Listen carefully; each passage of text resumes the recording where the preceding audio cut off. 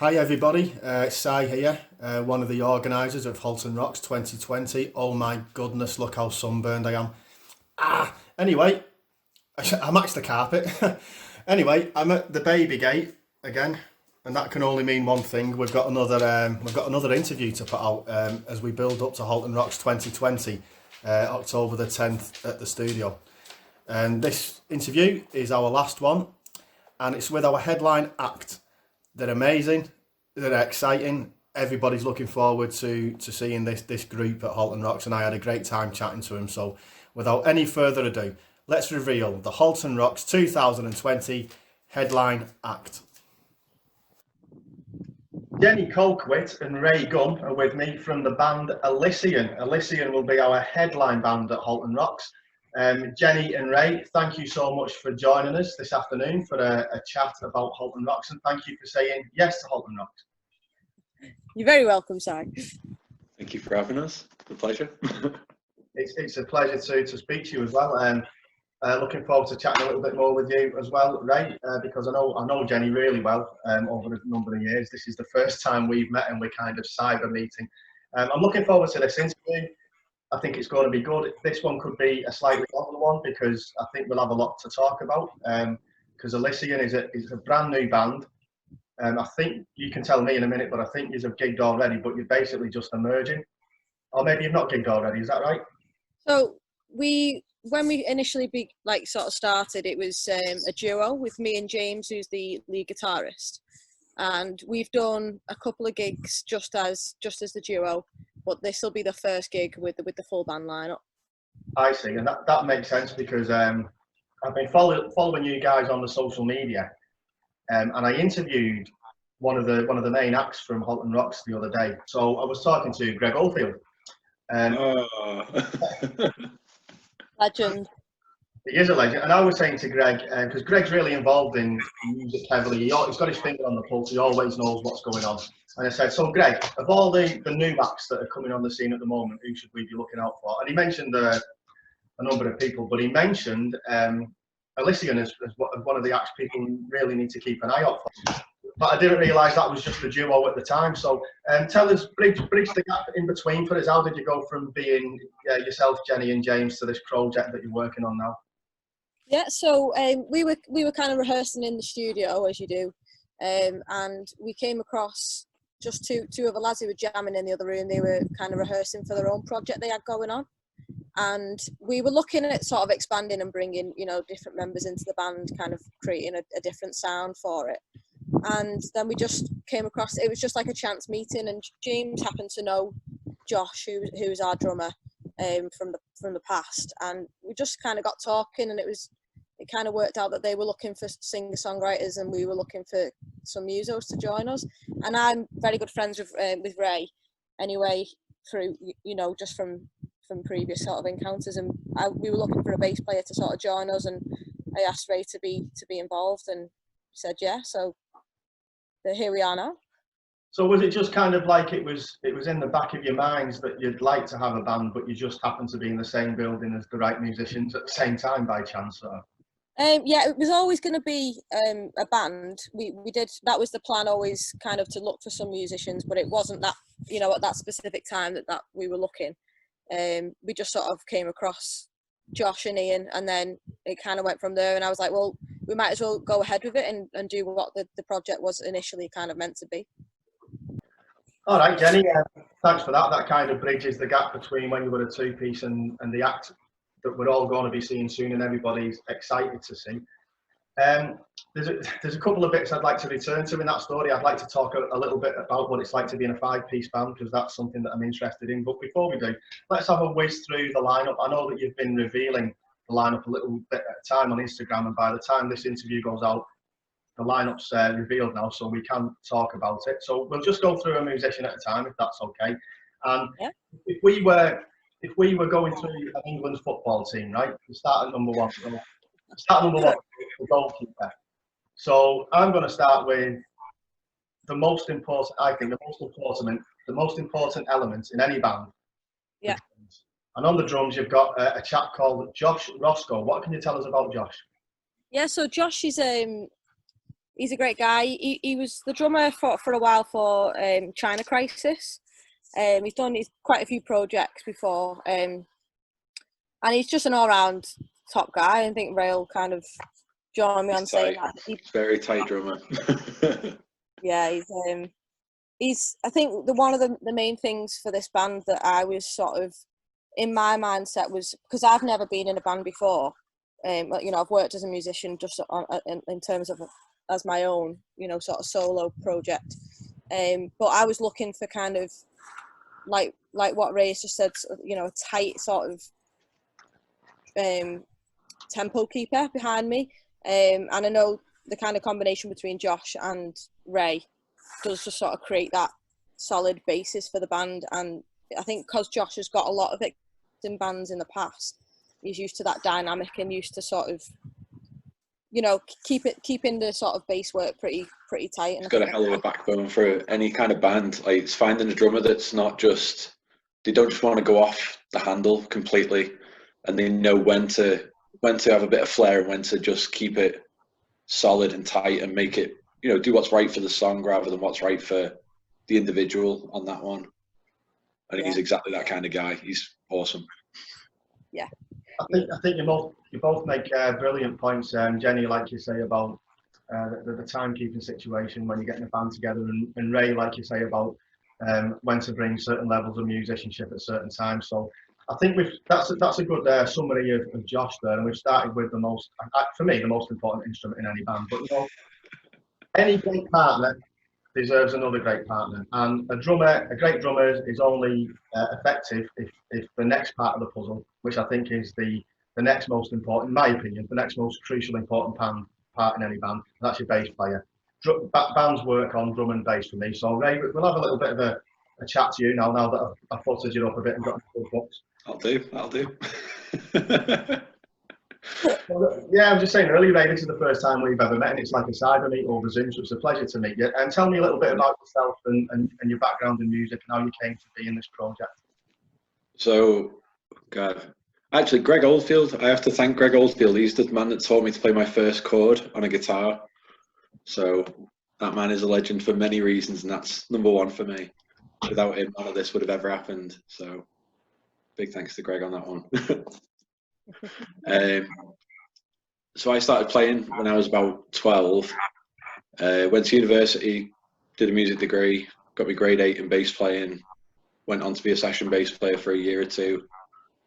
Been all over Europe with bands and various genres and styles, and I just want to play rock and roll. That's it.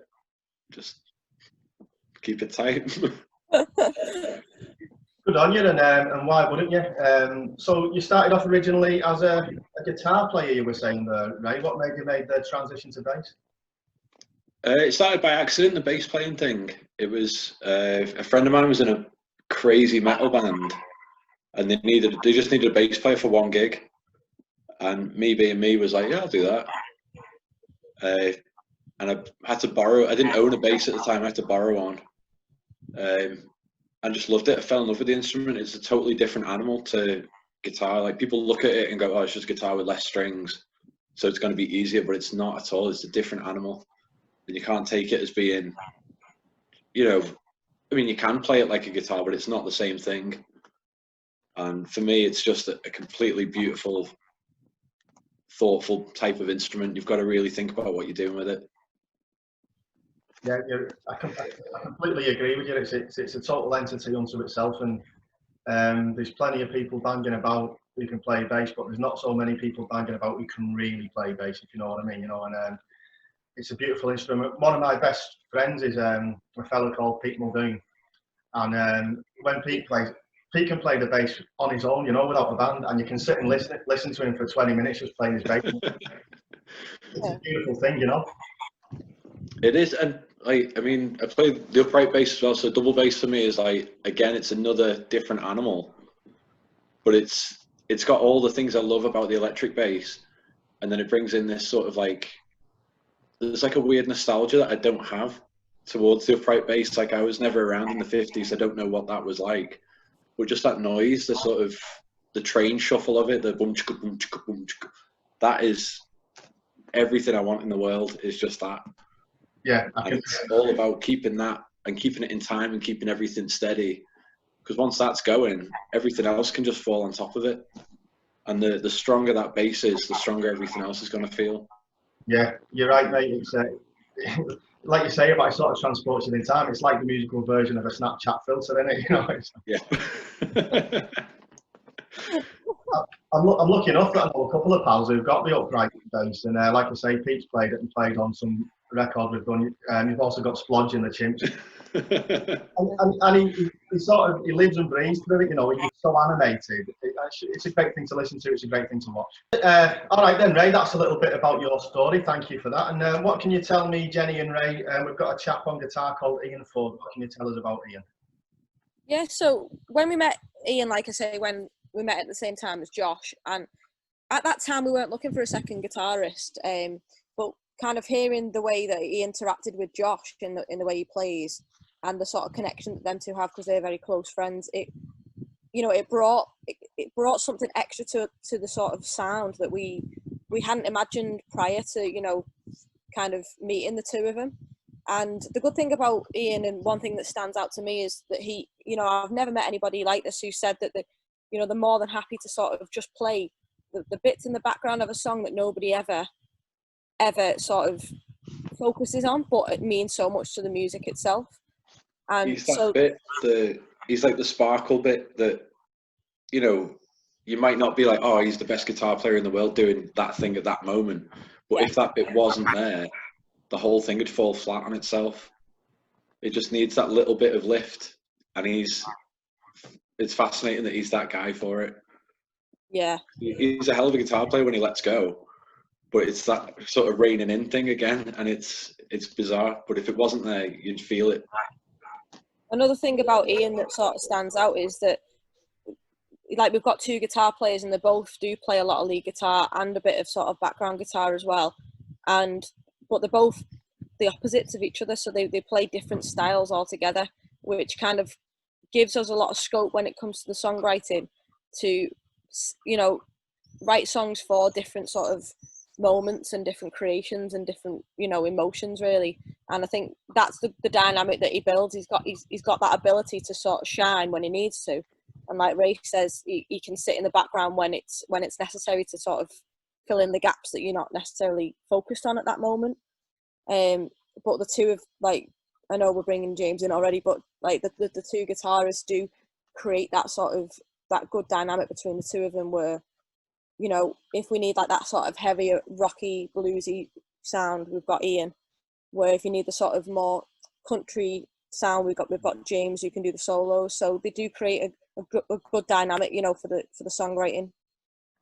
Yeah, and I think you've both returned to that theme that you touched on earlier on about when to soar and when to rein it in and how important that is. And I think we maybe return to that point when we talk about 5-piece bands. But with bands, you've got sound and you've got texture. And if you've got somebody who can provide the texture, I think like you've hit on there, Jenny, it just opens it up to all the different kind of songs that you can do. So it sounds so far like you've really sort of you've got that right. What's the word I'm looking for? That magic of finding the right people at the right time, kind of thing, in the right place. And it leads us on to yourself now, Jenny. We've got to talk a little bit about you. I've known you for a relatively long time now. I think a lot of people on the music scene have as well. But let's go over it all again. Tell us your story. Now you've ended up where you are doing this kind of thing.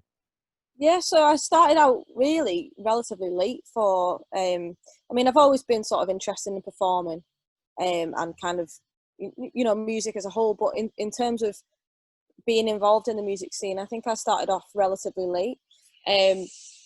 But in that time, I absorbed so much sort of influence from the people who were around me, and especially around like the Halton, Widnes, Runcorn music scene. And it just absorbed into me almost like a sponge, to the point where I then wanted to just take it, I wanted to bring in as much as I could so I could give as much back.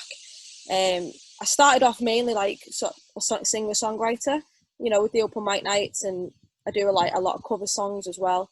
But my songwriting has developed over time to the point where now it's ready for that kind of that band setting.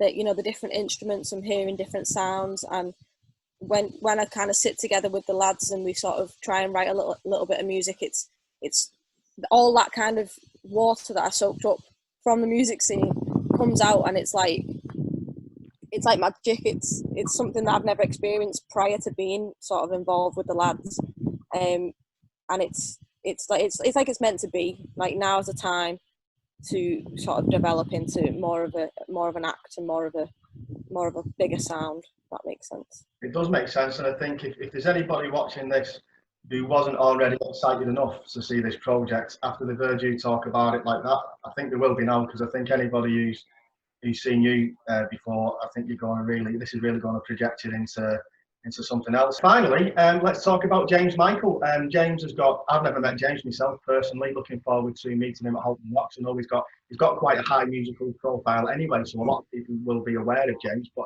tell us, James, he can't join us today, so tell us about James. What's his story? Yeah, James is a legend in his own right. So yeah, a lot of people know James through sort of the X Factor and his TV appearances, but to me, I know James through the open mic scene. He used to come along to an open mic that I used to host at the Parklands, and he used to show up and he'd play completely different to the way I'd sort of interpreted him through the X Factor. The way he plays the guitar and his vocal, and it's a combination you'll never ever hear. Well, I personally don't think you'll ever hear from anybody else ever again. And it's a strange story, really, because we had kind of been out of touch for a while, and I'd been playing at another gig in Widnes, and he just came along just to say hello and just to sort of kind of support me at that gig, and said at the end of it he just wanted to write some music together. And he is a fantastic songwriter, and we are very different songwriters, and that's what is interesting about it, because when we first sort of sat together and wrote some songs, it just came out like that. Like, I've never experienced anything like it before in my life. It just literally, we wrote about 4 songs within the first week, and the songs were different to both of us. They were kind of like in the middle. They had like James's sort of guitar ability, but with my sort of lyrics, and it was just something different that we'd never experienced before, either of us.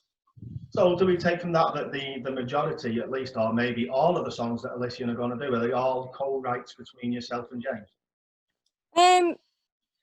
That's a question. We have got some songs that we've written individually, but the majority of the songs that we've got, we have written together as a band. But most of the songs will have been songs that we've written while we've been in this project, yeah. Okay, so we've talked about the lineup, and there's a hell of a lot of talent there crammed into one lineup. And I won't labour this too much, but I want to touch on the 5-piece thing, because I don't know if you guys have had anyone say words to this effectively, but I've sometimes been told over the years, because I was in a 5-piece. So we're working up the naughty corner at the moment with Clarky. We're technically a 5-piece, but Clarky's singing and not playing, so it's kind of a 4-piece. But back in the day, we were a 5-piece, and everyone used to say to us, it's too many musicians, there's too much sound, that can't be managed. And we didn't feel that way at all. We just felt like you were talking about before, if people peak and trough at the right times and we all work together, it can be a beautiful thing. How do you relate to, I'd like to ask, has anybody given you that kind of advice, or is that not something you've come up against? And how do you feel about it, playing in a band with that many people and that much talent?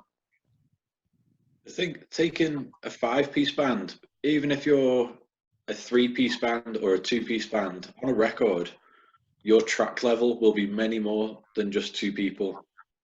It will be, you can't ever just be what's on stage, because bands now, they're running backing tracks on stuff, so they'll just have the 3rd or 4th guitar player on a backing track somewhere. And just because there's not a guy there doesn't mean the sound isn't there. But I think we can be very fortunate in that we won't need to have, what you'll see is what you'll get. You're not going to get a computer or a backing track doing anything. It's going to be real musicians playing real music, and everything that you hear will be live. It's not going to be pre-recorded in any way. It's all there. It's all real. Yeah, to touch on that, what you've just said there, Ray, that was one thing that I always wanted. I always wanted a sound that was, when once recorded, was recreatable live. And like I say, initially we weren't looking for another guitar player, but that just came in just at the right time, because it was like, yeah, we can create that extra sound now. The sounds that I might be hearing in my mind, can now sort of be communicated live to people. And that's what a 5-piece does allow you to do, like Ray's just said. Yeah, I think you both make brilliant points there. And also, yeah, particularly about that desire to recreate on stage what you can record. That's something that really interests me too. And just talking to you two about it, I'm looking forward all the more to hearing this project. I was looking at your Facebook page earlier, find out a little bit about you guys, and you describe yourselves as alternative country folk. Can you tell us what that means? Can you elaborate, or is that basically it in a nutshell? It's difficult, to be honest, because like I say, we are quite a new sound. But the songs that we've been writing, I've had that bit of country, bit of folk, bit of blues. So yeah, at the minute it's an alternative type of sound, and that's the only way that it can really be described. That'll probably evolve with time as we kind of write more songs together. But at the minute, that's probably the only way it can be described. And Ray, is there anything you'd like to add to that before I move on? There's not. Even that's not. It's close, but there's so much that goes on within it that I think once we play, if somebody else can come up and say, "Oh, you sound like that," and give us a name for it, that'd be lovely. So. Yeah, I don't like naming things. It's one of the most difficult things for me to do is to name a sound. How do you name a sound? Absolutely. When I've been doing these interviews with people, I want to ask that question because it's an important question to ask, but it's the question I hate asking because, you know, I'm a musician myself, and what do you sound like is like the worst question. So I'll tell you what, Ray, you've laid down the gauntlet there. So let's put that challenge out to anybody watching this who's come into Halton Rocks. Name Elysian's genre. That's the challenge. If anyone can come forward with name that sound. What's the prize, guys? You get to, I don't know, Ray. You get to name the genre of the sound. The prize is in the challenge. Why not? Yeah, there you go. The prize is in what you give to us. It's the gift that keeps on giving. So yes. We're in this lockdown period now at the time of recording this interview. I'm not totally sure when each of these videos will get put out in terms of the timescale, so I'm not totally sure what stage in the lockdown we'll be at when these go out. But I've been asking everybody who I've been speaking to about relating to lockdown and how it's affected people. Now, I don't want to ask you about that on a personal level because your personal business is your personal business, but just from an artistic level, how have you related to this? Have you written about it? Have you taken anything in? Is there anything that you've observed? How have you related to this very strange situation as two artists? I've got a lot to say on that, so I'll let you go first, Ray. Well, for me, it's just a time, because I work 7 days a week, I don't stop. And to have time to sit down and, you know, to play an instrument again and to really fall in love with it and become passionate about something that has always been there. But, you know, you come home from work on a normal, whatever that was, day, and you can't be bothered. You haven't got time to pick your guitar up and do scales for 3 hours. You don't have time to just practice to get a sound, to, you know, just sit and tweak your amplifier for 2 hours at a time, which is exactly what I've been doing. And just finding that perfect sort of, like, you know, playing with strange techniques that you maybe didn't quite have down. It's been great. It's amazing. It's been a great time. I've enjoyed it. You feel, Ray, that you're going to emerge from this a better musician than you went into it? Oh, definitely, without doubt. It's probably 10 years since I've played an instrument the way I've done these last couple of months, and really sort of sitting down and nailing what I've been after. Yeah, and I built a bass, so that's been really nice. Now, I don't know if there's a little bit of sound quality issue on this, but I could have swore I just heard you say you've built a bass. Yeah, hang on, I'll get it. Go and get it, Ray. Go and get it. So, this is my new 5-string jazz bass thing that I've built from nothing. And I've got this lovely, hang on, where's that? There you go. I finally got a batwing headstock on a bass. So, and it's bloody heavy. So I built that because every time I buy a bass, and I've spent thousands and thousands of pounds on stuff over the years, it's never right. It's never what I want. So I just figured I'm locked away for an indefinite amount of time, so I may as well build something that's absolutely perfect and everything I would want in an instrument. So there it is. Right, that's absolutely amazing. And I know there'll be a lot of people watching this who are just sort of interested in what we're doing or semi-interested, and there'll be a lot of people who are very interested. Not everyone's a musician, but every musician watching this, I think, is going to be amazed at that. From my point of view, I was feeling really good about myself this lockdown, because the one thing I wanted to achieve was I wanted to get all my CDs back in alphabetical order like the way they used to be. And I Oh did. my God. And I was feeling good, and I felt like I'd achieved something. And you've just basically ruined my lockdown, because Mate, if you want to come and do my CDs, you're more than welcome to, because it drives me mad. all right, man, but you've got to build me a keyboard. Okay, deal. All right, Jenny, and just to return to you there about how you've been relating to lockdown as an artist, a singer, a guitarist, a songwriter. What have you been relating to this? Yeah, so it's firstly, what Ray's just said has just made me even more excited for the whole thing, because I'm surrounded by some very talented musicians here. So obviously, anyone who can build their own instrument and kind of just wow. But yeah, the way that I've seen the lockdown, even though I have been working throughout, I've probably been working more actually. I've still had that mental shift in the sense that everybody else has sort of been locked down, and you know, where I do like quite a lot of other activities, so I've had that extra bit of time outside of work, so my mindset has probably changed with that. But in terms of musically, I've never written so many songs, I've never been as creative, I've never been as focused. I've never sort of wanted to do it more than I am right now, and I've started a blog about my music on my website, which is www.jennyquitmusic.com, and it does sort of touch on this whole experience of lockdown and the meaning behind my lyrics and things like that. So like I say, I've never been more creative in not just musically, but sort of writing about the whole experience of music. And I've also been doing live streams every Wednesday, where I would normally be, you know, out playing. I've been doing live streams, so I've had that sort of one-to-one connection with the audience that you wouldn't necessarily get at a gig.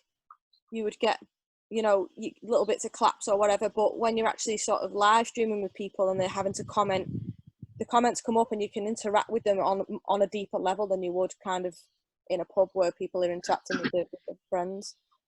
So it's opened up that whole sort of side of music for me, the online community with it, which I think has just forced that spark within me to sort of keep creating. And yeah, that was a big long sentence, wasn't it?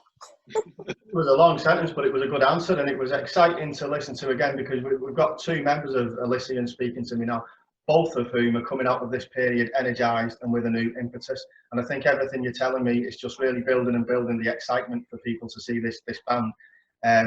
I don't know when your first gig going to be, when the venues are going to be open, when the lockdown's going to be over. It's possible your first appearance could be Halton Rocks, or it could be beforehand. I don't know, but certainly from everything you're telling me, it's just sounding really exciting to hear this band. Yeah, I'm very, very excited myself, so yeah, I hope everybody else is. And the other thing on that as well, I mean, I think you're speaking to both yourself, Jenny, and Ray. You've had similar experiences to me during lockdown. I feel like guilty because I've not really suffered with the lockdown. I'm quite happy in my own company. If anything, I've enjoyed a bit of a break, and I feel that with a little bit of guilt, because I'm always conscious about other people have had such negative, I mean, devastating experiences of lockdown. So I always think that as musicians, it's kind of incumbent on us to try to be joyful and instill some hope. So a question I've been asking to everybody, and I'll ask the two of you if I may, and you don't need to answer. But for anybody who's watching this who's maybe struggled with this whole period, is there anything you could say? Do you have a message you'd like to get out there? Yeah, just sort of stay strong, focus on the things that we can get from this lockdown. You know, obviously we're all in different circumstances, and you know, like you say, it's been incredibly difficult and devastating for a lot of people. But yeah, I think just always try and remain focused and positive, and you know, sort of see what you can get from the lockdown, you know, surrounding whatever the circumstances that you're in. Well answered, Jenny. And Ray, is there anything you'd like to say to people who are watching this and maybe having a hard time? Yeah, just keep going, man. Don't stop. Whatever it is that you want in life, it'll come. And this isn't forever. And just use this time to get yourself get excited about whatever it is in the world that you want. And you know, once that door's open, go and get it, man. No matter what it takes, just go get it. Yeah, and one of the things you said there is something that people have said to me a lot doing these interviews, which is this isn't forever, and it isn't forever, and it is going to end. I'm mindful that I said for anybody watching this who's having a hard time, I did of course mean they're having a hard time because of lockdown, not because they're watching this. You never know. Maybe, who knows? So I'm going to come back to Halton Rock again, if I may, and one of the things I always say to artists is that we're so grateful that people say yes to what we do, and they say yes without hesitation. And it's not just Halton Rocks, it's Wrecked, and it's the stuff that Junior puts on and the good people put on. I mean, you did such a fest, Jenny. I think the artists of this borough are so generous with the time and the resources. So what I'd like to ask you both, if I may get an answer from each of you, is why is that? Why do you never hesitate to say yes? And why is Halton Rocks important? I think it's just because music gives me everything that I live for. So I feel like I want to give that back to people. I feel like we're all born with something that we can give to the world, and for me, I think music is something. Even though that does sound cheesy, it's the truth. I think we're all born with something that we are, designed to give back, and for me, nothing will stop me with it. And not only that, but I enjoy doing it. So, if I can enjoy something and give something back, then that combination you don't find with anything else. Nice one, Jenny. And Ray, from your point of view? For me, any time I get to play at the studio is amazing. That's the place I played my first ever gig before I could even properly play a guitar or knew what music was doing. And to kind of prove a point, we grew up in this town where people say, oh, it's not very good, and it gets a bad rep. Halton just constantly gets forgotten about by everybody. But we've created some of the best music going. We've got some of the best bands, some of the most creative, talented individuals. And, to sort of put on a showcase and show everyone that this town is, we're not just the little bit that's stuck next to Liverpool. We're bigger and better than that. And we've got some great rock and roll. We've got some great country music. We've got great pop music. Everything and it's all natural as well. Nothing's forced. And that's the main thing. Nothing's manufactured. Nothing's fake about it. And everybody that does it because they love doing it. Yeah, brilliant. Well said, mate. And I can't leave that point about your first gig at the studio without exploring that further. And one of the reasons I'd like to pick up on it is the whole reason why we're doing Halton Rocks at the studio this year. It's the studio's 10-year celebrations. They've been open 10 years, and that's what we're celebrating in the year 2020. So let me go back to that. What your first gig ever was at the studio? Tell us about that. So my first ever gig was with a band. It wasn't even that. Hang on. Yeah, it was with a band called Some Assembly Required, which was a band that was basically me and three lads that I went to school with, and we had no idea how to. We knew 2 songs, and that was it. And then from there, I was just hooked. It was a fused gig that was put on. People like Greg. Greg was the one that was come get on and do something with your life. Don't just. I grew up in Runcorn, and there's all kinds of stuff going on back then. There was drugs and gangs and all kinds of stuff, and it's kind of you go one way or the other. And for me, I can't ever be happier that I got involved in music, because people say once you're involved in music, you don't have money for drugs and guns. So I just bought guitars and played rock and roll music for the last 20 years. And it's been, to go back to the studio every time, it's like going back to that kid and proving that, yeah, you can do it. I felt like I'd been forgotten about, through schools and through what the local government were willing to do for young people at that time. And to be sat here now as God, what am I? Nearly 32. And to go back to that kid and go, look, you know, you've made a 20-year thing out of playing rock and roll music. It's not just a stupid thing that you do in your bedroom. It's real. Go do it. Just go get it. Go do it. Yeah, and it's a great story, and you talk about Fused there, and I don't think it can be, and Greg's involvement, and Louise and everybody down there, Steve Cole, lots and lots of people. I don't think it can be overestimated how many young musicians have been nurtured and encouraged and given advice from the studio. And Jenny, if I can come back to you, 10 years of the studio this year, how do you feel about the studio? Yeah, so Halton Rocks was actually the first gig that I went to at the studio, and I actually took some pictures there because at the time I was getting into photography, and I did do music in the background, but I always sang and things like that, but that made me want to perform. So it's actually thanks to you, Si, that I actually am, and I don't think I've ever told you that, but that was the first gig that I actually ever went and thought I want to do that. And I didn't even go as a musician. I went to take some pictures and do some photography, and that changed it for me. And I was like, that's what I want to do. You know, I don't want to take pictures of people doing that. I want to be the person doing that. So, and that was at the studio that year.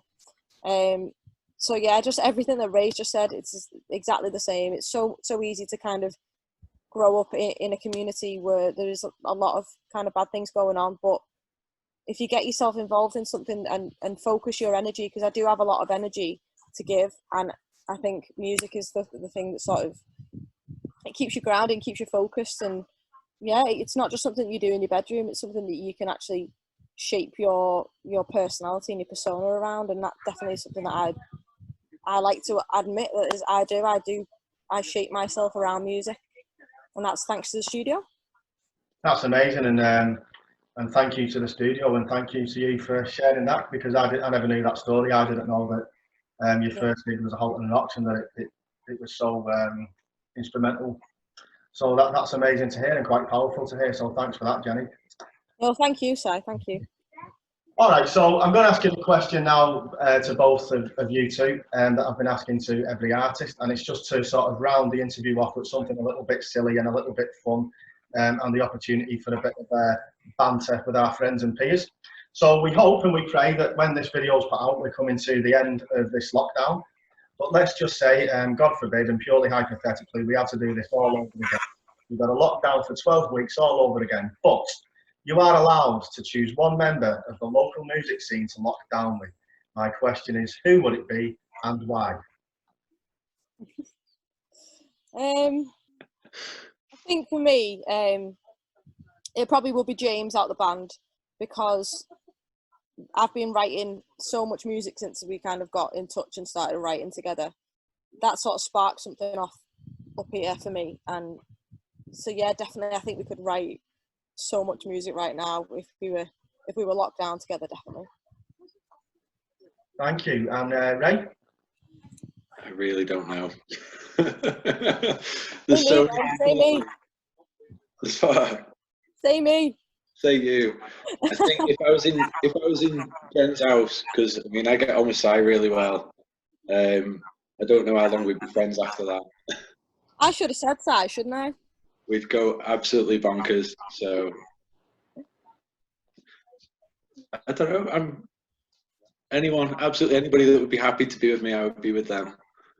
It would be a crazy time. Ray, I've asked that question 8 or 9 times before I've asked it you in the last few weeks, and that's the most diplomatic answer I've had today. Okay, so thanks very much for all that, and to Jenny and Ray, thank you very much for all those stories and answers, and it's been fascinating to chat with you. Just before we go, is there anything else you would like to say to anybody watching this, either about yourselves, your music in general, life in general, anything you'd like to plug or tell us about before we wrap up?